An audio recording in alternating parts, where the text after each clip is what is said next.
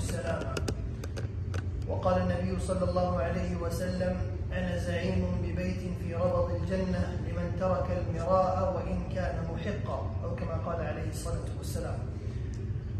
Alhamdulillah, yesterday we began this topic and this series of the qualities of Ibad Rahman. And yesterday we had a little bit of introduction as well as the first sifa, which was وَعِبَادُ الرَّحْمَنِ الَّذِينَ يَمْشُونَ عَلَى الْأَرْضِ هَوْنًا, that the servants of Allah subhanahu wa ta'ala, known as Ibad al-Rahman, their first quality is humility.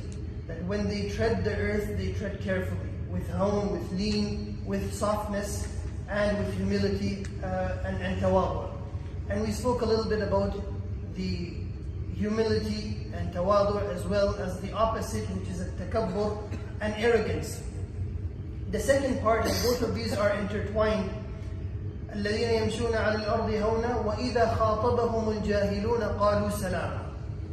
And they are those servants of Allah subhanahu wa ta'ala that when ignorant people speak to them and they have a answer for them, or they have a talk to them, insult them in some way, قَالُوا سَلَامًا. They say salam, they say peace. They don't engage with them.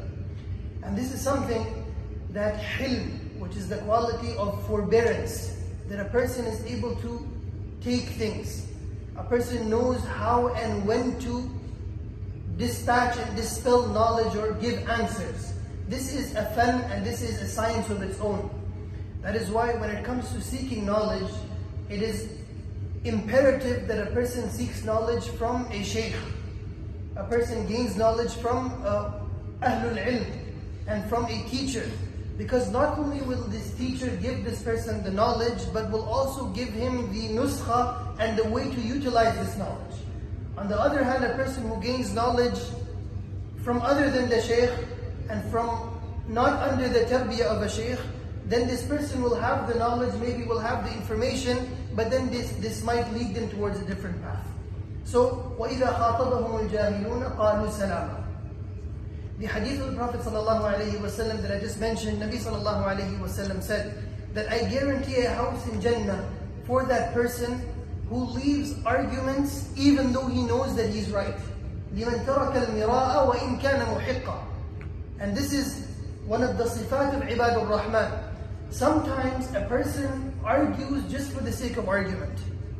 Sometimes a person wants to engage in discussion not for any fruit that will come out from that discussion, or not for any beneficial discussion, but rather a person has free time and they just want to, they just want to talk. They just want to engage in argument. And sometimes it's done with evil intent.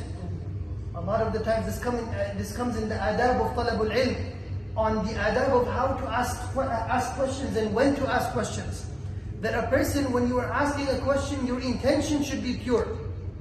The intention should not be that I'm trying to test the muallim and the teacher, or I'm trying to test the ustad, or I'm trying to get him mixed up and to embarrass him. This is also the intention sometimes.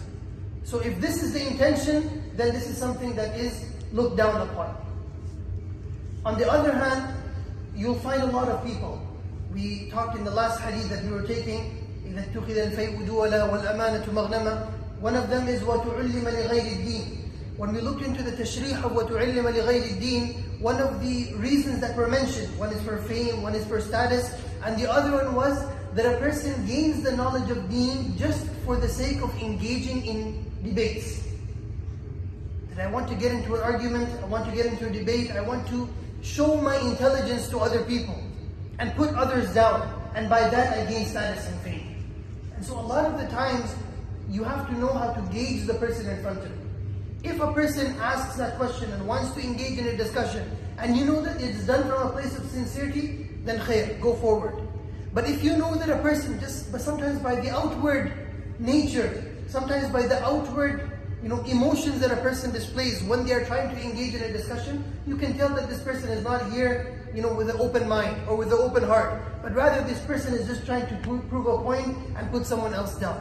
When you reach this point, قَالُوا سَلَامًا. Say salam. When you reach this point, say I will take. Allah subhanahu wa ta'ala says in the Quran, وَإِذَا سَمِعُوا اللَّغْوَ أَعْرَضُوا عَنْهُ وَقَالُوا لَنَا أَعْمَالُنَا وَلَكُمْ أَعْمَالُكُمْ. Allah subhanahu wa ta'ala says that when they hear allahu from people, such kind of rubbish, such kind of fruitless discussions, قَالُوا لَنَا أَعْمَالُنَا وَلَكُمْ أَعْمَالُكُمْ. Okay, they take their side and they say, we have our a'mal and you have your a'mal. سَلَامٌ عَلَيْكُمْ لَا نَبْتَغِي جَاهِلِينَ. So this is how a person should be. This hilm and this quality of forbearance is so important. It's mentioned that when you have one measurement, I don't know, a kilogram, a liter of ilm, you should have 4 liters of hilm to go along with that, so that you know how to dispense this knowledge. Or on the other hand, what you will do with this knowledge is you will just go and start hammering it on people, and you don't know when to engage. This also intertwines with the quality of al-kibr, which we just spoke about yesterday. That the more a person gains their knowledge, the more mutawadi' they will become, the more humble they will become. And that is why وَعِبَادُ الرَّحْمَنِ الَّذِينَ يَمْشُونَ عَلَى الْأَرْضِ هَوْنًا. When we spoke about humility and walking with humility, at the same time you should, when you see someone who is very humble, it's very down to earth, do not underestimate this person. A lot of the times you will find out that someone who is very mutawadi' turns out to be a giant. And on the other hand, someone who is mashallah outwardly very big, or has very decorative and very stylish clothes, and has this haiba about them, turn out that from inside they're empty. They have a method in the Arabic literature. They have a figure named Juha. Many of you might have heard. In Urdu and in the Indian subcontinent, they have somebody known as Sheikh Chilli. Same kind of character. Juha, it's mentioned about him that one time he was invited to a azima, to a da'wat, to a dinner, and it was done by one of the umara, one of the amir. So everyone was there. Juha was gone for a travel somewhere, so he was just coming back, and so his clothes were dirty, and he wasn't dressed very well. But it was time for the azima, so he went straight there. When he went there, the hurras and the guards that were there, they said, he must be somebody that just came off the street. So they didn't let him in. He said, look, I have an invitation that the Sahib al-Bayt invited me. They said, no. Like, look at you. There's no way to this prestigious event. There's no way that somebody like you would be invited. Go away.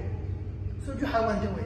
He went home, took a shower, and he wore a nice amama, and he wore a nice aba, and he put perfume, and he put this, and he came back. As soon as he came back, mashallah, they did a istighfar for him. They did a welcome for him, and the Arras, they let him in, and they escorted him inside, and they gave him the nice seat. So when he sat down and they put the food in front of him, what did he start doing? He took the food and he started putting it on his clothes. And he started taking the rice and putting it on his amama. So the people, they were all like, what is he doing? MashaAllah, such an honorable looking person. What is he doing? So then Juha, he explained, he said, I have been given this makana because of my clothes.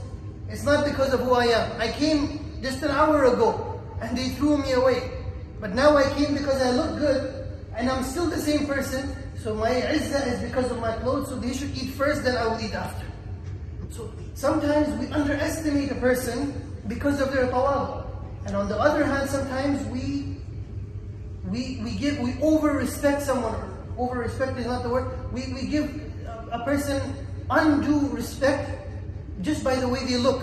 And then it turns out they have no substance to them. So that is what the method is.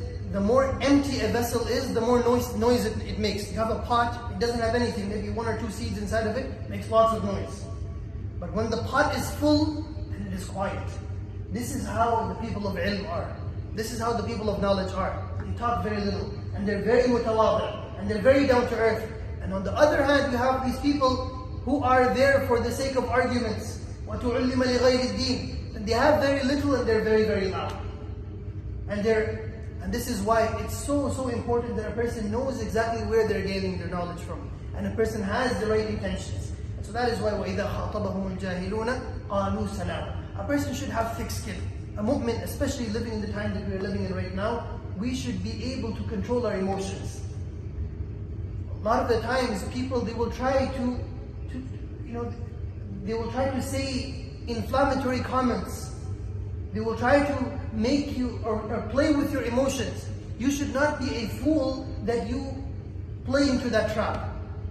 And because of your emotions taking the better of you, now Islam is harmed because of you. We see these examples in the Salaf. One of the pious preachers, one of the Salaf, the name is not in my mind right now, they were sitting. And a man came and he started insulting him. Anything you can think of. He called him and his family and his children and his parents, and you are such and you are evil and you are... So the companion who was sitting with him, he said, okay, this is it. Like now he's going to get up and he's going to do something. He took all of the insults and he said, are you finished, brother? He said, yes, I'm finished. He says, may Allah reward you for what you have said that is right, and may Allah forgive you for what you have said that is wrong. He said, may Allah forgive me for what you have said that is right, and may Allah forgive you for what you have said you are wrong. And that's it, finished. This kind of hilm is something that we really need to work on. This kind of forbearance, this kind of thick skin, this kind of hilm, a person should try and work upon.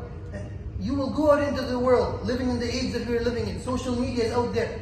Social media is something that gives people courage that they never knew that they had.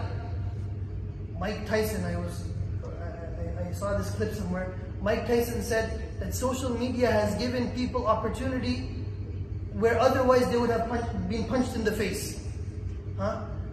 Something along those lines. The quote is not in my mind. But he said it very profoundly.